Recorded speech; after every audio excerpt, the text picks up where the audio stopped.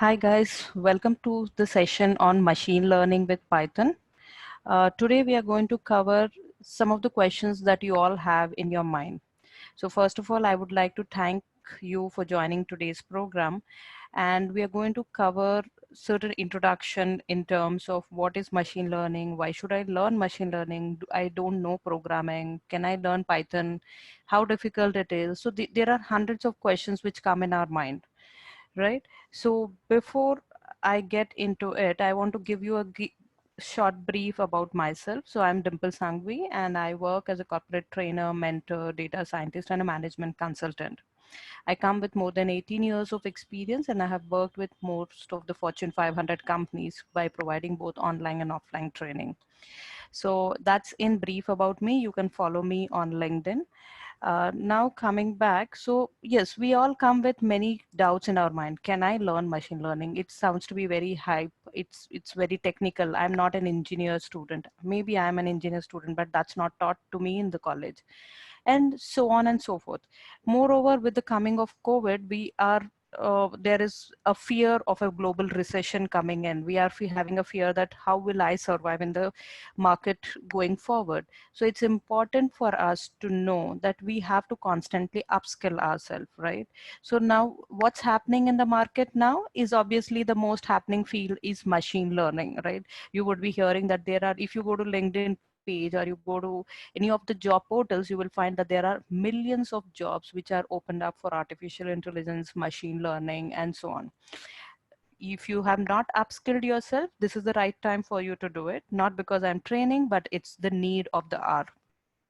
Now, what do I need to know? What are the prerequisites for me to pick up machine learning, right? So I would keep it, though you can go and Google it, you will find hundreds of things which people say, but based on my experience, I would say that you just need a simple analytical and logical mind, right? You should know some basic algorithm. If you know how to prepare tea at your home, in a step-by-step process, then you can definitely upskill yourself to become a machine learning engineer. It is going to take time, but it's not impossible. That's what I mean to say. And a willingness to apply your learning into practice. So I would keep it in a very simple way, that have the willingness, have the eagerness to learn, and then you will learn everything that is required by the future of the world, in terms of you getting a secure job, you being able to survive in the going forward environment, right?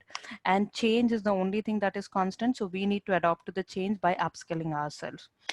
People say, I have seen people say that you should know linear algebra, calculus, and so on, but just to let you know, I'm a commerce graduate and I've still been successful in this field because I know how to apply machine learning in real life scenarios, right? If you know all these things, that is definitely an added advantage. But if you don't know this, it does not mean that you're going to be held back.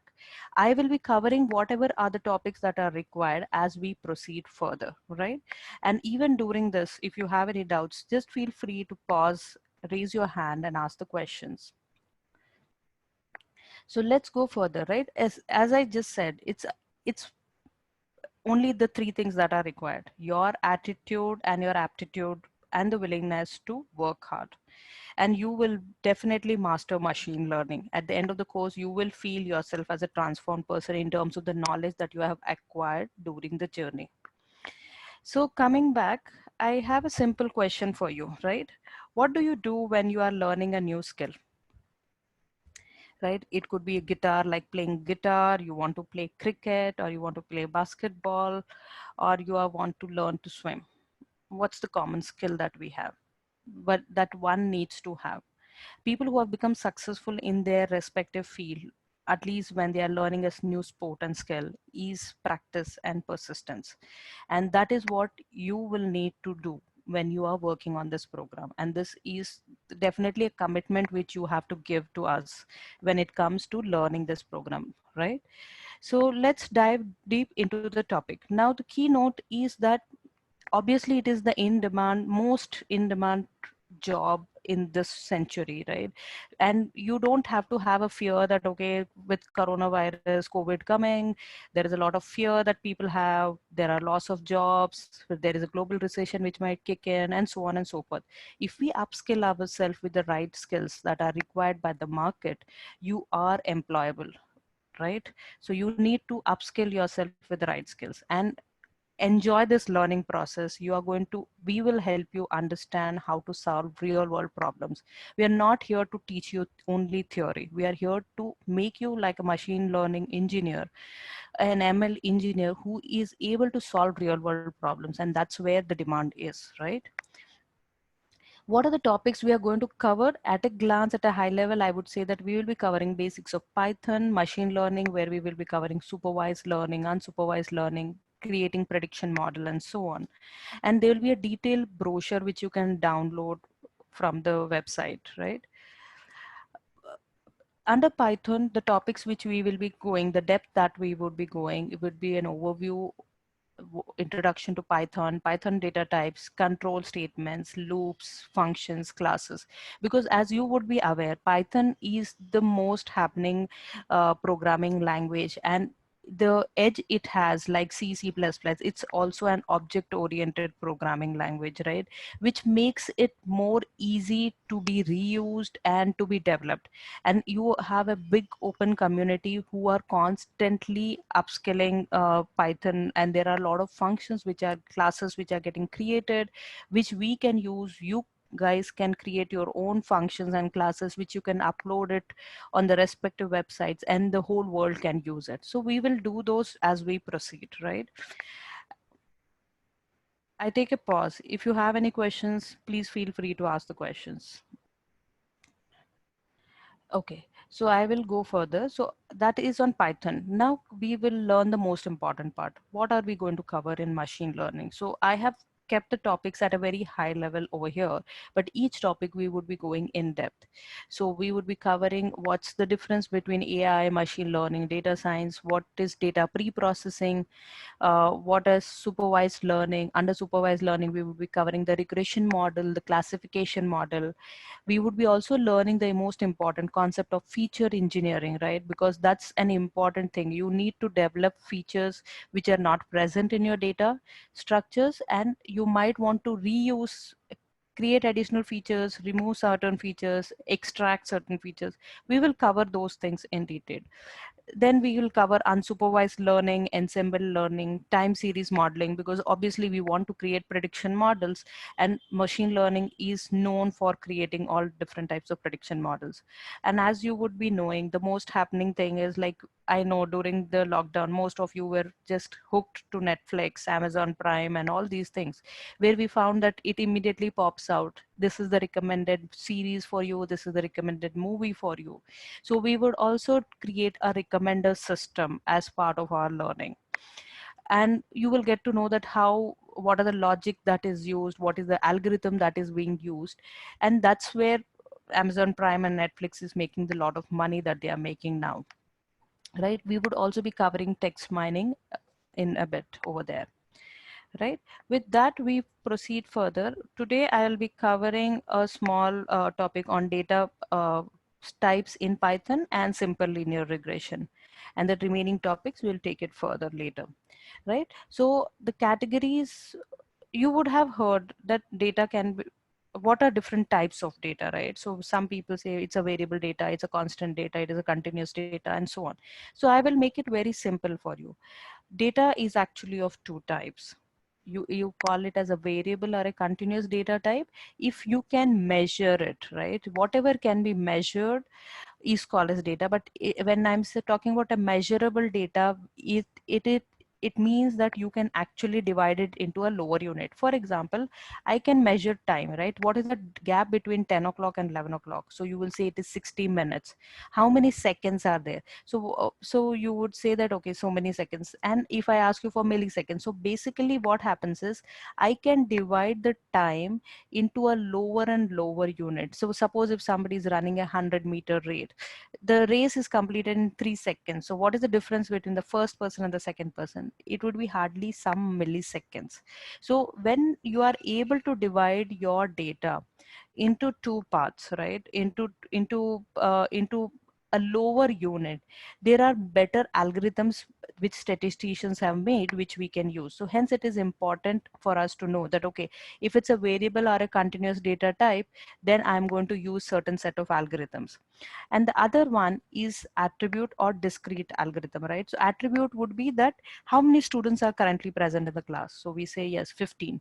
Can I say that there are 13 and a half students present in the class? Can I say there are 14 and a half students present in the class? No, right? Either the student is present or absent. It's not something called as a half present, right? And same way, how many pencils do I have? So at any point of time, I have so many pencils. I cannot say I have a half pencil and a full pencil. So when I can only count them as a whole number, then it is called as an attribute or a discrete data. How many books have you read?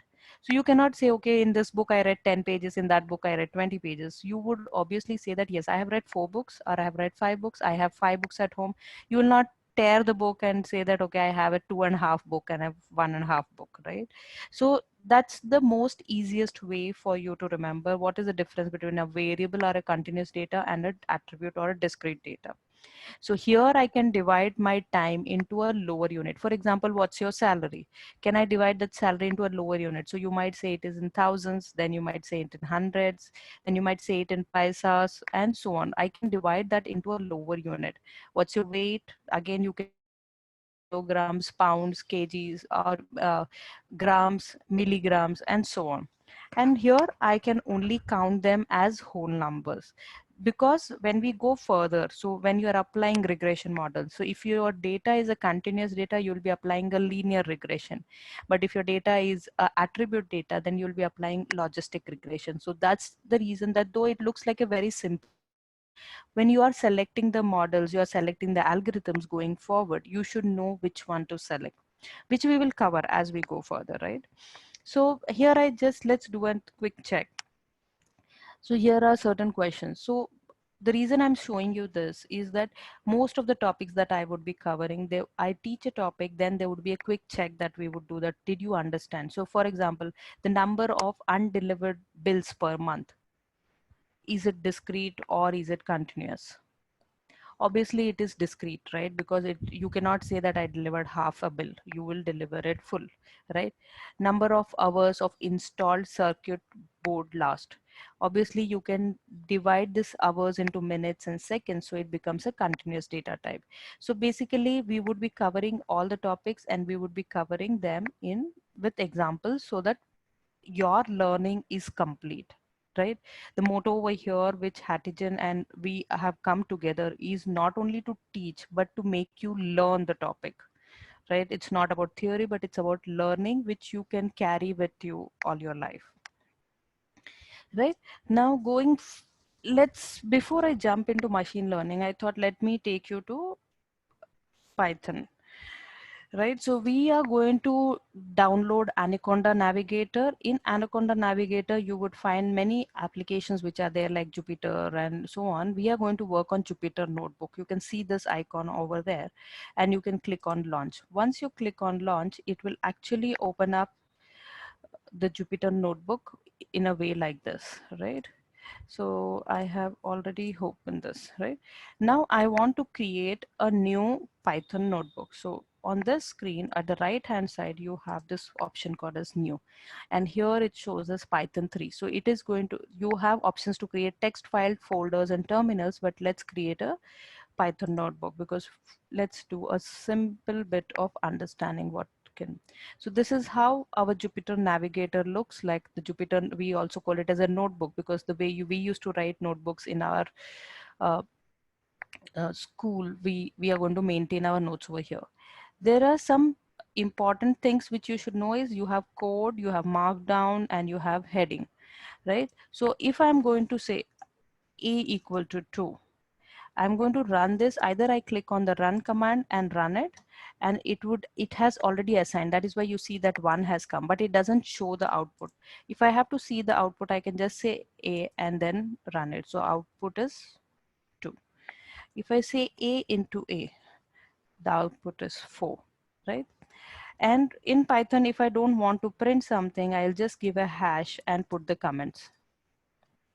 So though it has come, it knows very clearly that I have to ignore this statement, right? And I can do my arithmetics, like I can say name equal to Hatigen IT, and I can print the name. The course is provided by name.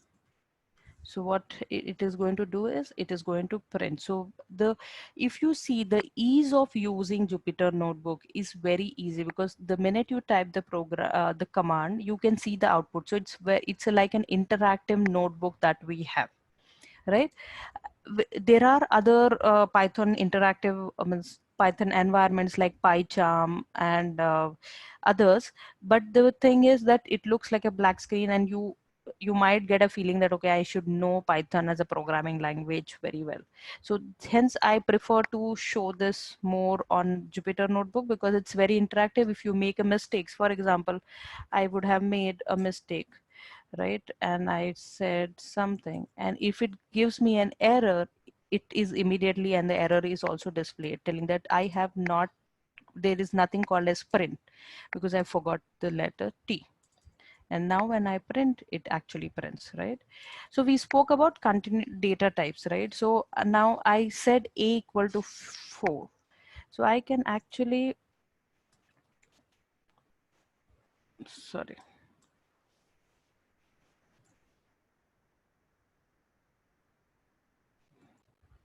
just a second. So, okay. So we are going to say a equal to 4. We are going to say the other one b equal to 4.2422.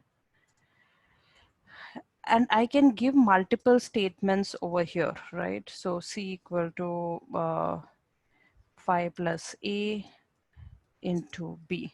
Now, when I run this, I have given actually two statements, and I can run this together. So what will happen is both B is getting stored and C is getting calculated.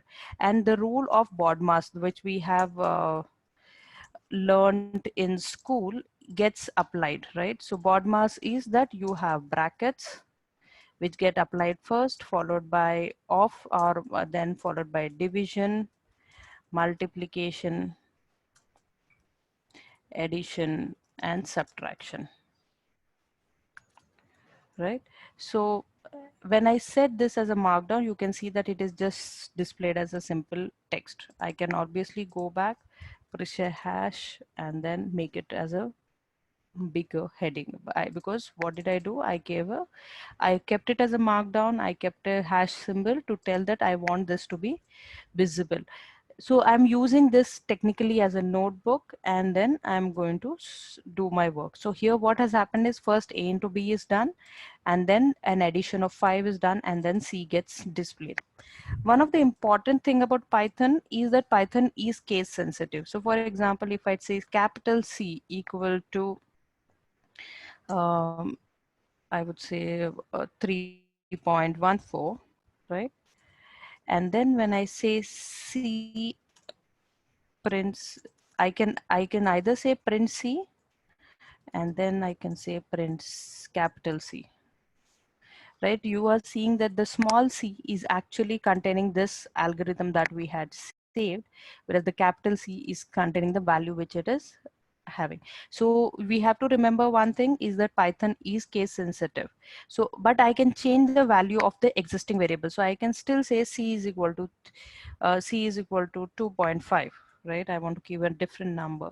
Now when I say print c, it says C is 2.5. So this value, even if I go back and print shift enter, you see that my value has been replaced with the new value. So I can replace the values, but it is case sensitive, right? So on and so forth. So we'll be covering all these topics in detail. So let's go back to our presentation, right? What are we going to cover in machine learning, right? So what is machine learning before that, before we get into a topic? Machine learning involves creating prediction models. I want to keep it very simple. I don't want to give a very technical definition which makes it difficult.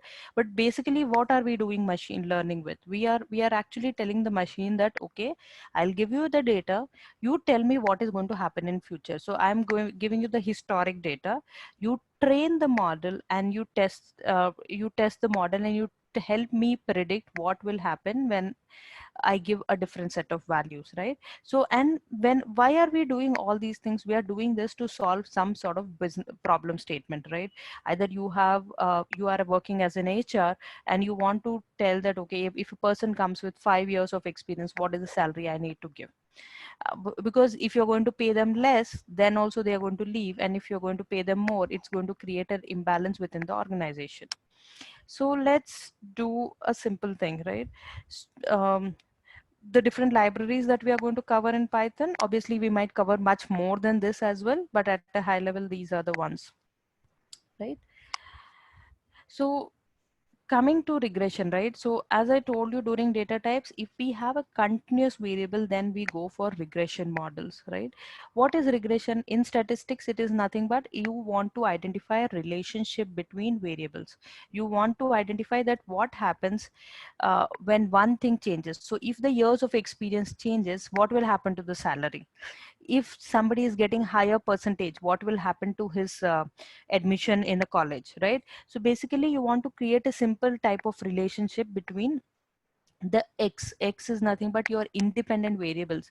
Your years of experience is not dependent on anything, right? But your salary depends upon your years of experience. Your salary depends, the job type of role you get depends upon the number of years of experience and the knowledge that you have.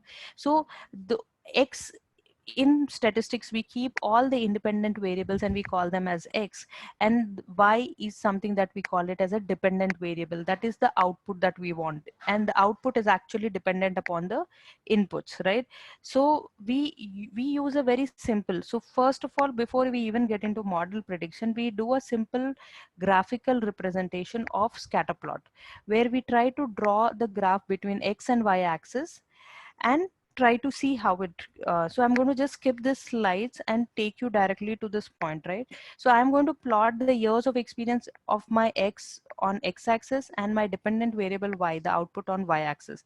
And when these plot gets plotted, means when these dots get plotted, you're able to see certain patterns, right? These patterns help us to understand whether there is a positive correlation or a negative correlation. So you would have heard, right? when it is when it is summer and you suddenly say that, okay, our now from summer it goes to rainy season, and we still continue to eat ice creams and drink cold water and we catch cold. What do we people, usually our parents say that, right? Because you had too much of cold ingredients like ice creams and cold water, you caught the cold, or maybe because you got drenched in the rain, you got cold. So we are always trying to create certain site of correlation, right? We feel that the disease is an output. What are the inputs which went into it, right? Currently, even for COVID, we are trying to understand that, okay, why did this happen? Because we always want to understand the output is always dependent on some input. So what type of correlation it is, right? So we want to draw that correlation and we want to establish it. And what statistics would have done is that, if I have to keep it in a simple formula, we say it is as y is equal to mx plus c. Some people say y is equal to b naught plus b1 into x1. So basically what happens is, for every change in x1, there is some constant, there is an intercept that happens, and that is how the formula is derived. But the beauty with machine learning and Python is that I don't have to remember these sentences, these formulas, because if I know that I want to create a simple linear regression, the model is available in in the libraries, and we call those libraries and the function takes place. What do I mean to say is, the algorithm runs, the machine learning algorithm runs and calculates this formula for us and helps us draw it, right? So going back, I'm going to take this example of salary. I'm taking a very simple example because this is the first class, number of years of experience and the salary that we have. And let's directly jump into the Jupyter notebook and then do it. So I can continue in the same notebook. So what I'm just going to do is, I'm just going to leave some blank spaces and then start, right? So one of the important thing that obviously we need is pandas. Pandas is a library in machine learning in Python, which actually helps us in reading files and so on. So we import pandas as PD, right? And then what I'm going to do is I'm going to say data frame is equal to read underscore CSV. So I'm going to, when I cover Python in detail, we will be covering how to read a file, read a CSV file, read a HTML file, read an Excel file, and so on. So in my current database, if you come here, you will find that I have salary data.csv.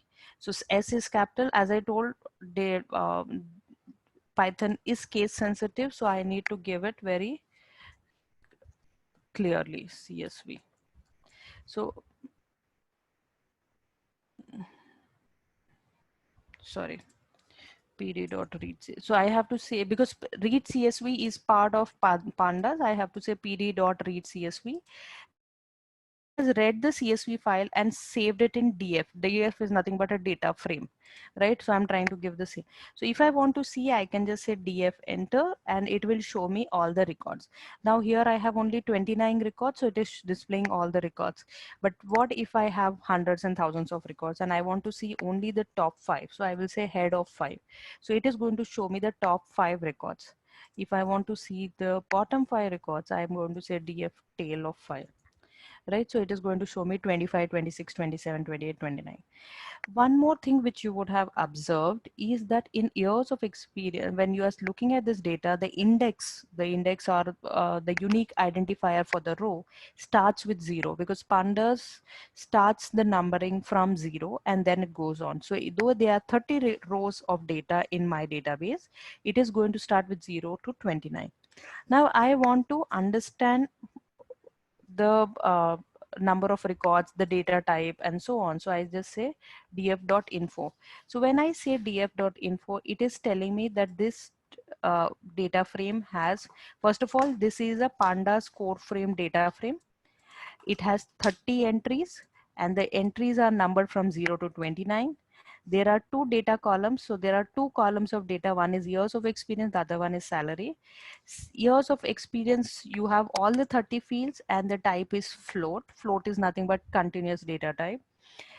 And then you have salary. It's an integer data type because there is no decimal value in the salary that we have given, but it is still a continuous data type, right? And how much of memory it is using and so on. So that's what it is trying to show, right? And I want to see how is my data spread. So I can say df dot describe. So when I describe, because both of them are numerical field, it gets, so it says count, how many records do I have? What is the average? So the average years of experience in my data set is 5.3. And the average salary is 76,000. So you know average, right? Average is the total divided by the number of records. So it would do a sum of all the salaries and divided by 30 to come to this average. What is the standard deviation? It is 2.8 years. And this is the standard deviation in terms of salary. Then we have this 5-point data structure, right? So what is the minimum years of experience? What is the 25th percentile? What is the 50th percentile, 75th percentile, and the maximum maximum years of experience, right? So what happens is you are actually using descriptive statistics to describe the data over here, which tells very clearly that what is the minimum salary, what is the maximum salary, what is the median salary, 25th percentile, 75th percentile, interquartile range, and so on, right? Now I'm going to import matplotlib dot pyplot as plt, right? Now I want to display the scatter plot, and the simple thing is I can press shift tab to get the immediate help. What are the fields that is required? So I don't even have to go to, it's like a F1 help. So I need to give X and Y as variables and everything else is fine. So my X is nothing but my X axis is df dot years of experience, right?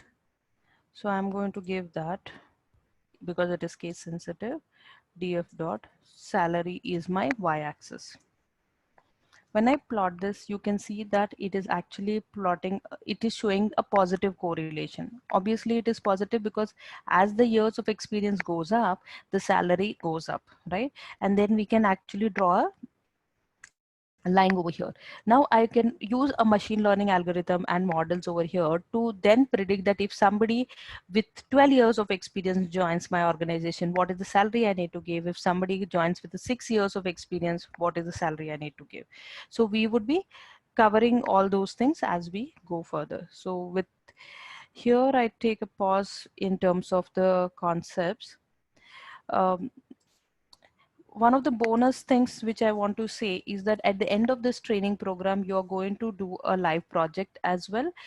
And we would form you into a groups of 1 or 2 people and then make you do this project because it will give you a good learning in terms of the experience. And you can follow us. We have our official website, that is hatigen.com, and this is how the website looks. Apart from this topic, right, let me take you directly to the website.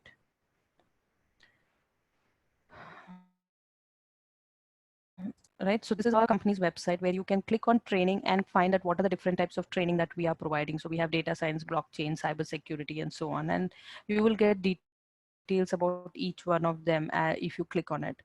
Right, you can click on the Facebook, WhatsApp button and then connect with us. We have a chat and we have our complete team who's happy to help you out.